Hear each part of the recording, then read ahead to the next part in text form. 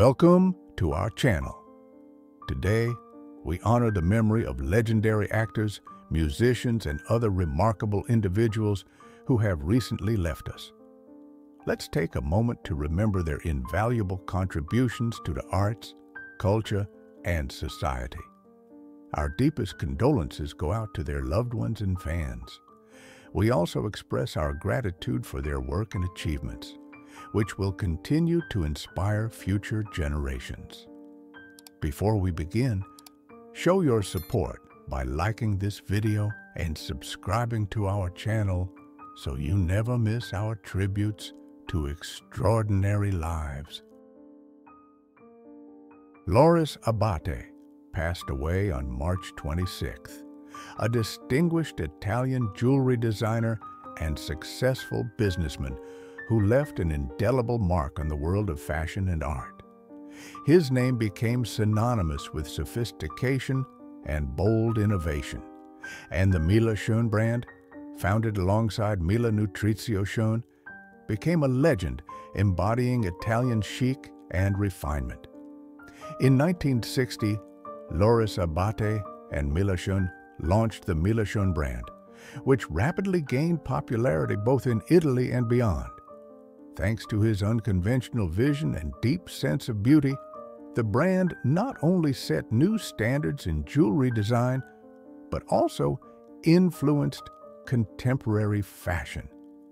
His collections were distinguished by bold design solutions and a delicate blend of traditional craftsmanship with innovative approaches, which repeatedly became the subject of discussion on international runways and in prestigious publications. In 1978, he continued his creative journey by launching Schoentess, a company specializing in the production of fabrics, ties, and scarves, allowing him to expand his sphere of influence and demonstrate the versatility of his talent. An equally significant milestone was his tenure as president of the National Chamber of Italian Fashion from 1985 to 1991, during which he used his authority and experience to help shape the future of the Italian fashion industry. Loris Abate was born in 1928 in the historic city of Mantua, the heart of Italian culture and traditions. His childhood was spent in a family of artisans. His father, a talented jeweler from Sicily, and his mother, who possessed exquisite taste and a keen sense of beauty, instilled in him a love for art and craftsmanship. In those difficult post-war years, when Italy was slowly recovering from devastating conflicts, the Abate family faced considerable hardships, economic difficulties, lack of resources, and general instability. Despite all the trials, in an atmosphere of home comfort and support, a dream was born that later became a life mission: the desire to create beauty, inspire, and bring joy to others. From an early age, Loris exhibited a vivid creative streak and a thirst for knowledge. His educational journey began with the study of visual arts and crafts, allowing him to experiment with forms and materials from a young age. The pursuit of perfection prompted him to further education and professional growth. He dedicated himself to studying fashion and design, unafraid to go beyond traditional approaches. It was during this period that the first ideas emerged, which later became the foundation of his creative achievements. Young Loris, full of ambitions and dreams, boldly moved towards the future, experimenting and improving, each time discovering new facets of beauty. Abate's personal life was as rich and passionate as his professional accomplishments. His meeting with Mila Schoen became a turning point not only in his career, but also in his heart.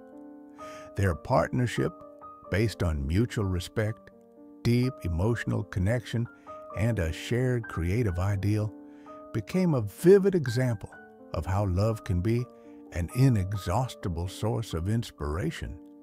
Their relationship was marked by sincerity and warm support, allowing them to overcome any life challenges.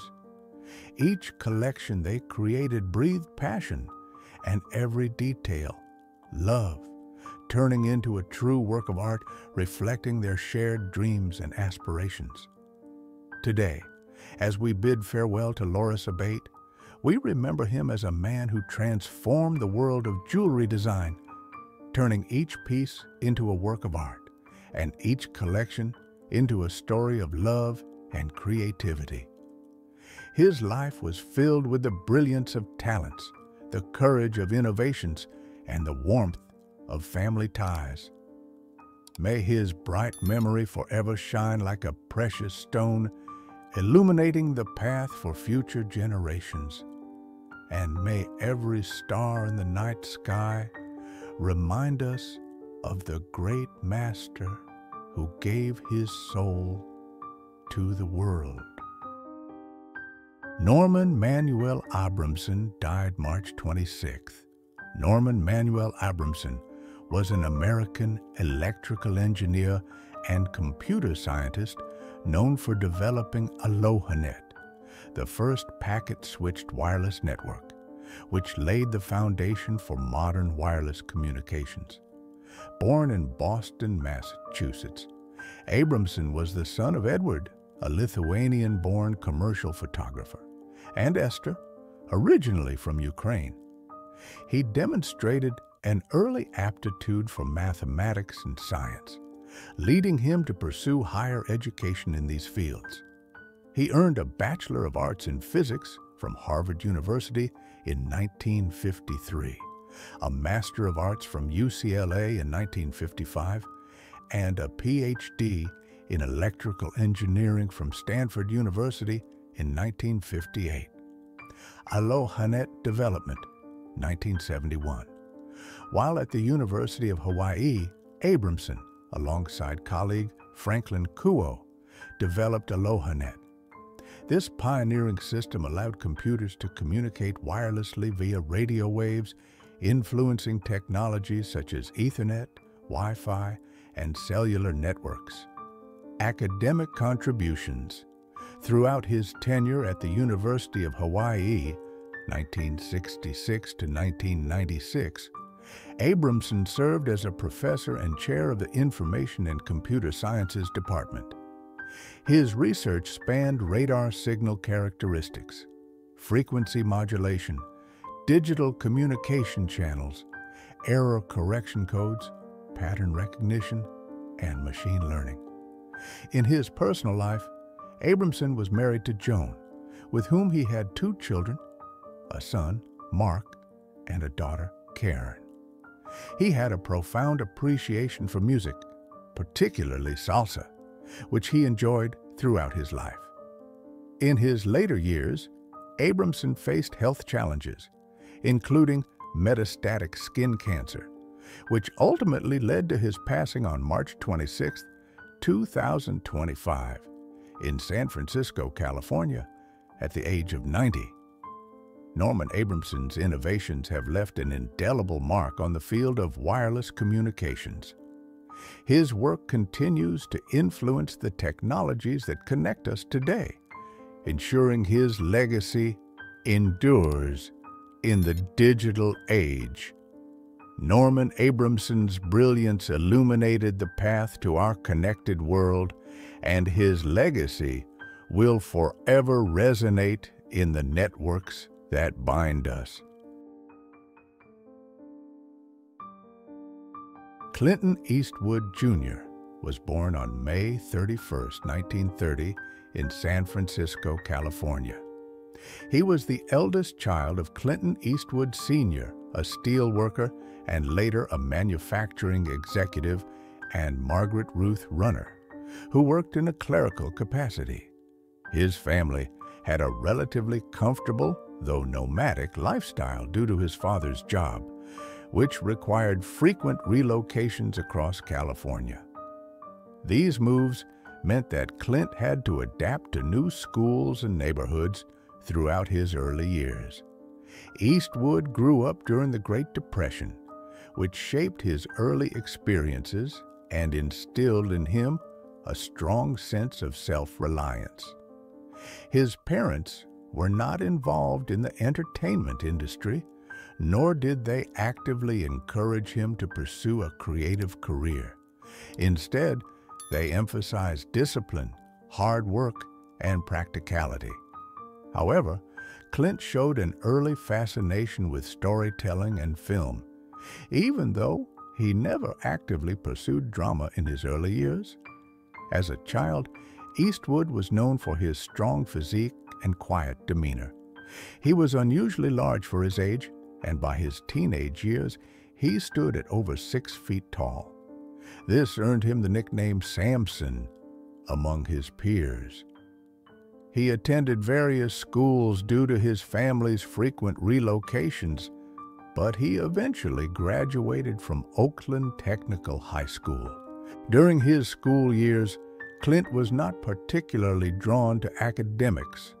Instead, he had an interest in mechanics and music. He played the piano and developed an appreciation for jazz, a passion that would remain with him throughout his life.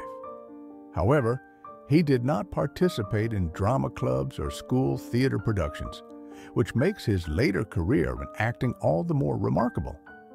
After high school, Eastwood worked various odd jobs, including as a lifeguard, forest firefighter, and golf caddy. In 1951, he was drafted into the United States Army during the Korean War. Although he never saw combat, he was stationed at Fort Ord in California, where he worked as a swimming instructor. It was during this time that he had a fortuitous encounter that would change the trajectory of his life. While at Fort Ord, Eastwood met individuals connected to Hollywood, including a fellow soldier who introduced him to a casting agent. With his striking looks and towering height, he had a natural screen presence that intrigued talent scouts.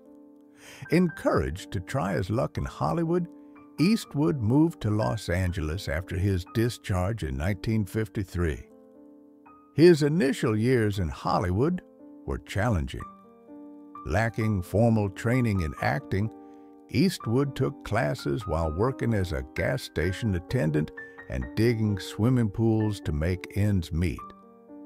He managed to secure a contract with Universal Studios in 1954, though his early roles were minor.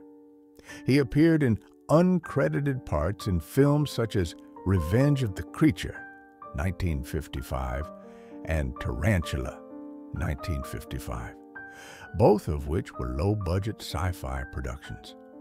His rugged looks helped him stand out, but studio executives initially criticized his acting ability and speech patterns. He was even advised to take diction lessons. Despite these hurdles, Eastwood remained determined and continued refining his craft. Eastwood's first significant break came in 1959 when he was cast as Rowdy Yates in the television Western Rawhide. The show ran for 8 seasons until 1965, making him a household name. While his role was not the lead, his charisma and natural presence made him a fan favorite. This period also marked Eastwood's growing interest in directing, as he observed seasoned filmmakers on set. While Rawhide gave him steady work, it wasn't until he ventured into the world of spaghetti westerns that his career truly skyrocketed. In the mid-1960s, Eastwood took a chance by traveling to Europe to star in an Italian western directed by a relatively unknown filmmaker, Sergio Leone. That film, A Fistful of Dollars, 1964, introduced audiences to Eastwood's now iconic man-with-no-name character. With his stoic demeanor, poncho-clad silhouette, and cigar-chewing toughness, Eastwood became an international star almost overnight. The success of A Fistful of Dollars led to two more films in what became known as the Dollars Trilogy, For a Few Dollars More, 1965, and The Good, the Bad, and the Ugly, 1966. These films cemented Eastwood's image as the ultimate Western anti-hero and made him one of Hollywood's most bankable stars. While he had yet to reach the peak of his career, Clint Eastwood had firmly established himself as a leading man by the late 1960s. His journey from a struggling actor to an international star had been marked by perseverance, adaptability, and a keen sense of his own evolving screen persona. Soon, he would begin taking control of his own projects, laying the groundwork for his future as both an actor and filmmaker. Following the massive success of Sergio Leone's Dollars Trilogy, Clint Eastwood returned to Hollywood as a bona fide star. The late 1960s saw him build upon his tough guy image, starring in westerns such as Hang 'em High, 1968, and Coogan's Bluff, 1968. The latter marked the beginning of his long-term collaboration with director Don Siegel, who would later shape Eastwood's approach to filmmaking. His transition from the European westerns to Hollywood productions wasn't without challenges. Many in the industry still saw him as a television actor or a passing action star. However, Eastwood was determined to prove his versatility. In 1971, Eastwood took on one of the most defining roles of his career, San Francisco police detective Harry Callahan in Dirty Harry. The film, directed by Siegel, revolutionized the crime thriller genre and introduced one of the most iconic lines in cinematic history. You've got to ask yourself one question. Do I feel lucky? Well, do you, punk?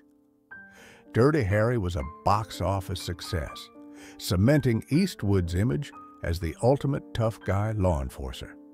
However, the film also generated controversy due to its portrayal of police brutality and vigilante justice. Despite criticism, Eastwood reprised the role in 4 sequels: Magnum Force, 1973, The Enforcer, 1976, Sudden Impact, 1983, and The Dead Pool, 1988. His rise in Hollywood wasn't without personal struggles. By the early 1970s, Eastwood had built a reputation for being intensely private, preferring solitude to the traditional Hollywood social scene. He also endured the physical demands of his action-heavy roles, often performing his own stunts, which led to injuries and chronic pain. Even at the height of his acting career, Eastwood harbored ambitions beyond starring in front of the camera. He made his directorial debut with Play Misty for Me, 1971, a psychological thriller that showcased his ability to create tension and suspense. Unlike the action-heavy roles he had become known for, this film demonstrated his storytelling depth and his skill in crafting complex narratives.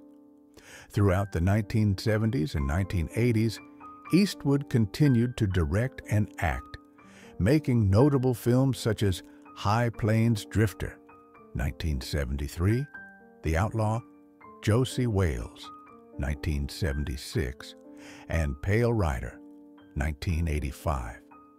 His directing style was characterized by minimalism, realism, and an emphasis on character-driven storytelling. By the 1990s, Eastwood had fully transitioned into a respected filmmaker. He directed and starred in Unforgiven, 1992, a revisionist Western that deconstructed the traditional gunslinger myth. The film won 4 Academy Awards, including Best Picture and Best Director, solidifying Eastwood's status as one of Hollywood's greatest filmmakers. Despite his professional success, Eastwood faced several personal and physical struggles throughout his career. Years of performing physically demanding roles took a toll on his body. He suffered from back pain, broken ribs, and knee injuries due to stunt work.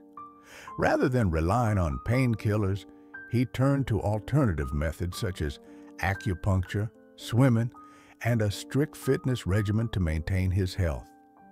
Psychologically, Eastwood endured immense stress due to the pressures of Hollywood. His dedication to his work sometimes led to emotional exhaustion. In interviews, he has admitted to experiencing periods of loneliness and frustration, particularly in the late 1970s when he faced critical backlash for some of his projects. However, he remained steadfast in his work ethic, focusing on continuous growth as an artist. Eastwood's personal life was marked by complexity and turbulence. He was married to Maggie Johnson from 1953 to 1984, though he had numerous extramarital affairs. His romantic relationships with actresses such as Sandra Locke, Frances Fisher, and later Dina Ruiz were often scrutinized by the media. His long-term relationship with Sandra Locke in particular became one of the most talked about aspects of his personal life. They were together for over a decade, but their breakup was contentious, leading to a highly publicized legal battle. The stress of personal conflicts, combined with his work obligations, created additional emotional burdens for Eastwood. Despite these personal struggles, Eastwood remained resilient. He focused on fatherhood. He has multiple children from different relationships and maintained strong bonds with several of them. Beyond acting and directing, Eastwood made significant contributions to television and the entertainment industry at large. He founded Malpaso Productions, his own film production company, which gave him creative control over his projects. This autonomy allowed him to pursue passion projects without interference from major studios. His success extended beyond film into music and television.